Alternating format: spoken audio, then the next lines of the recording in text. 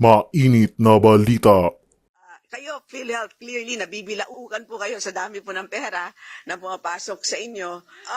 So right now, kung hindi makahabol ang benefits, ang ibig sabihin nun, you don't have the capacity to provide the benefits that we deserve. We're paying so much, but unfortunately, hindi nyo kaya. Ahensya ng PhilHealth, kinalampag, sobra-sobrang pondo, ipinababalik. Sa naganap na hearing sa Committee on Health patungkol sa isinusulong na pag-amyenda sa Universal Healthcare Law ay natalakay ang tila kulang at katiting na benepisyo nga ibibigay ng PhilHealth sa mga miyembro nito sa kabila ng bilyones na kinikita ng ahensya. Nanawagan nga si Marikina 2nd District Representative Stella Kimbo sa pagpapababa ng sapilitang kontribusyon ng mga manggagawa. Dagdag pa di umano na kumikita na naman ng sapat na halaga ang naturang ahensya at kasama din ito sa annual budget na ibinibigay sa kanila ng pamahalaan. Kaya tila sobrang araw ang kinikita ng ahensya at napakaliit lamang ang balik nito sa mga manggagawa na siyang pangunahing benepisyaryo sana. Wala, mabibilaukan po kami dito. Katulad po ng PhilHealth, kayo, PhilHealth, clearly nabibilaukan po kayo sa dami po ng pera na pumapasok sa inyo. Kami rin po dito, nabibilaukan po. Hindi namin po malaman kung anong gagawin. Pero klaro po na kailangan talaga natin i-adjust pababa talaga ang inyong sinisingil. Actually, yung basic na tanong, Mr. Chair, is ang taas ng sinisingil ninyo. Pero bakit ang konti ng isinusuka ninyo sa tao, di ba? So, tanong, since nandiyan naman sa inyo, bakit hindi nyo nalang taasan yung binibigay ninyo na benefit, di ba? Yun ang very basic na question. Bakit kayo hirap to increase the benefits? Yun ang elephant in the room. Attorney Santos. Mr. Chairperson, Honorable Representative Kimbo, we have increased our all case rates across the board for 30%, Mr. Chairperson. We have increased our benefit packages starting last year, and even recently, Mr. Chairperson, we have increased the case rates on bronchial asthma and neonatal sepsis. There are also still packages that will be increased this year, Mr. Chairperson, as well as increase in the benefits covering and covered by the Consulta program, Mr. Chairperson, Honorable Representative Kimbo. Mr. Chair, hindi ba pag tinataasan natin ang lahat ng case rates by, let's say, 20%, hindi ba ang tendency ng mga ospital ay taasan din nila ang kanilang mga presyo ng 20%? Hindi pa ganun din. Kung ikaw ay negosyante, kung tinataasan ng PhilHealth ang kanilang cover by a certain amount, say 20%, mga negosyante, hindi ba yun ang gagawin nila? I mean, isn't that a typical response? Kasi, kung ginagawa po ninyo ito, alam natin na in the end, ganun pa rin naman di ba? Mamaya siguro ikukwento ni Kong Larny na meron din siyang mapait na karanasan na ang laki-laki ng kanyang hospital bill, ang liit-liit ng kanyang nakuhang PhilHealth benefit. But that's a typical experience Ang liit-liit ng support value. Kaya hindi natin mapagtugma itong PhilHealth story na ang liit-liit ng support value, pero ang laki-laki ng binibigay na suporta ng Kongreso at ang laki-laki ng sinisingil ninyo sa manggagawa. So yun po that's where we are today, Mr. Chair. And that's the reason for why pinipilit ko talaga itong actuarially fair premium. Ano ba ito? Ang ibig sabihin ng actuarially fair is simple. Kung ano yung kinikita mo, o kung ano yung sinisingil mo na premium, yun din ang gagastusin mo. Therefore, zero dapat ang profit mo. Generally speaking. So, paano mo i-compute yung actuarially fair premium? Nakabase yan sa likelihood na magkakasakit ka. Nakabase din yan sa cost. Diba? So in short, hindi ka dapat kumita. Right? So, So yun yung, so the fact na malaki yung kinikita niya means talagang hindi actually fair. So yun, nandun tayo. So pag sinasabi po ninyo na taon-taon nakabase sa actuarial studies yung sinisingil ninyo sa Kongreso, Mr. Chair, parang ang hirap pong paniwalaan. Kasi kasasabi nyo lang po na nag-surrender po kayo ng 89.9 billion sa DOF. So, ibig sabihin talaga nun, masyadong malaki yung sinisingil ninyo sa Kongreso. Yun ang ibig sabihin nun. Yun ang proof. So, kung sakali man na yun ay based on actuarial studies, ngayon pa lang po, you should fire your actuary. Yun ang ibig sabihin nun, di ba? Mali yung actuarial studies po ninyo. Yun ang ibig sabihin po noon. Ayon din sa mambabatas, ay hindi na ibibigay ng PhilHealth ang tamang benepisyo na katumbas sa buwan-buwan na binabayaran ng mga manggagawa na talagang nakakadismaya dahil hindi ito nasusunod o napapatupad ng ahensya, kaya't mungkahi ng kongresista na dapat ay kung ano lamang ang benepisyong kayang maibigay ng PhilHealth ay dapat katumbas lang din ito ang dapat nilang singilin sa mga manggagawa upang maging pantay para sa lahat. So right now, kung hindi makahabol ang benefits, ang ibig sabihin nun, you don't have the capacity to provide the benefits that we deserve. We're paying so much, but unfortunately, hindi nyo kaya. Yung consulta package, we expected a lot kasi mukhang maganda. Di ba, Mr. Chair, parang may magandang may pa-check up. Maganda po, maganda. Admittedly, na-excite po kami.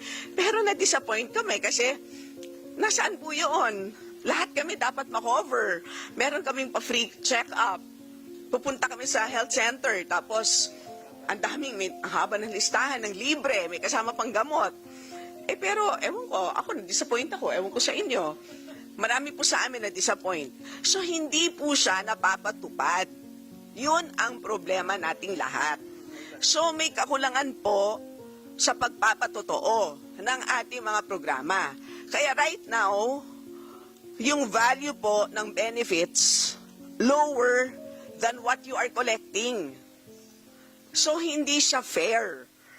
So, kung ano ang value, ang street value ng benefits, yun lang ang sisingilin natin. Yun ang ibig sabihin ng actuarially fair. So, pasensya na lang po. Kung 50 pesos lang ang value ng nakakomit ng ating mga miyembro, 50 pesos lang ang kukolektahin natin. Para rin, madisiplina po ang ating korporasyon.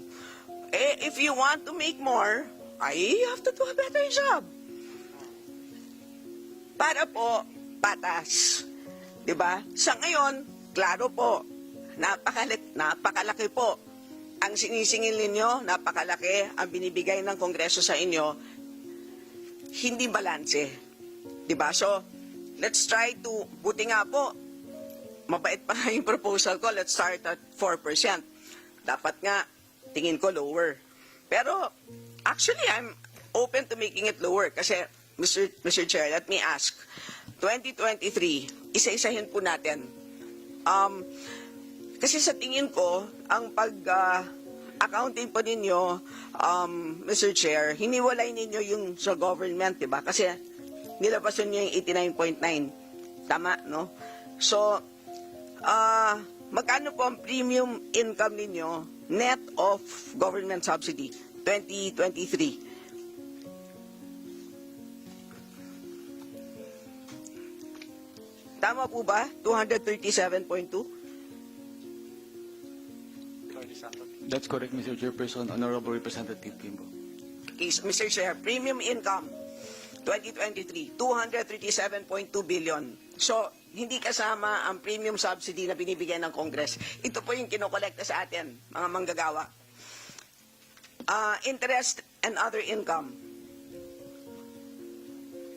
Mr. Chairperson, Honorable Representative Kimbo, for 2023, the interest and other income is 21.5 billion, Mr. Chairperson, Honorable Representative Kimbo. Okay, so yun po yung total inflows, 237 plus 21.5. Magkano po ang ginastos natin? So unahin po natin ang benefit spending. Magkano po 2023? Mr. Chairperson, Honorable Representative Kimbo, the benefit expense for 2023 is 75.8 billion, Mr. Chairperson, Honorable Representative Kimbo. Okay. Bago ako mag-comment, punta muna tayo sa operating expenses. Magkano po for 2023? Mr. Chairperson, Honorable Representative Kimbo, for 2023, the operating expense is 9.5 billion, Mr. Chairperson, Honorable Representative Kimbo. So, Mr. Chair, if we take all inflows, subtract outflows, ang net flow is 173.4 billion. Nakaneto na po dito yung 38.8 billion na galing sa Congress. Okay? Nakaneto na yon. So, well, first question, bakit ang liit ng benefit spending noong 2023? Kasi in previous years, 2022, 143 ang benefit spending natin. 2021, 140 billion ang benefit spending. Ano po nangyari noong 2023? Bakit nangalahati lang po ang ating benefit spending? Mr. Chairperson, Honorable Representative Kimbo, I do not have the details right now as to why, but I can only surmise that during the year 2022, we paid a lot of claims for the COVID claim. 2023. Oh, I see. So, hindi po kasi 2019, 137. Wala pa naman pong COVID. 2018, 113. Wala pang COVID. Pero 2023, wala rin COVID. 75.8. So, hindi po COVID ang dahilan. So, may nangyari ng 2023, ang laki po ng bagsak ng ating benefit spending. So, anyway, my point is talagang ang hina po ng ating capacity to actually implement various benefit packages. So even if we force PhilHealth, ang dami niyong pera, PhilHealth, ang daming excess funds, please expand. Kahit po sumigaw pa tayo buong araw, pilitin siya, crack the whip. I think it's a capacity issue, Mr. Chair. So, excess funds, 2023, net of government subsidy is 173 billion. 2022, 79 billion. 2021, 47.9 billion. 2020, 30 billion. 2019, 4.6 billion. 2018, 20.9 billion. We can go on and on and on. Excess funds po yun. And under the law, it is clear that there are two options. Expand benefits or reduce payments. Today, it is clear.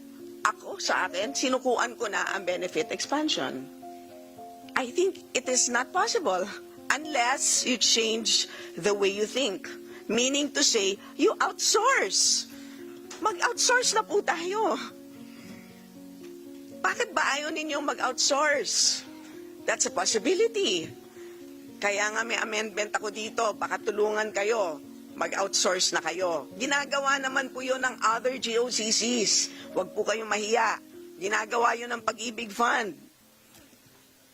That's a possibility. O however, pinag-iisipan nyo pa, bakit hindi tayo mag-suspend ng ng payments? Okay? Kaya nga, meron akong resolution. Suspend premium payments. That's a big possibility. Correct? Hirap ang taong bayan. Suspend premium payments. At matagal ko na sinasabi po ito sa inyo, lagi po ninyo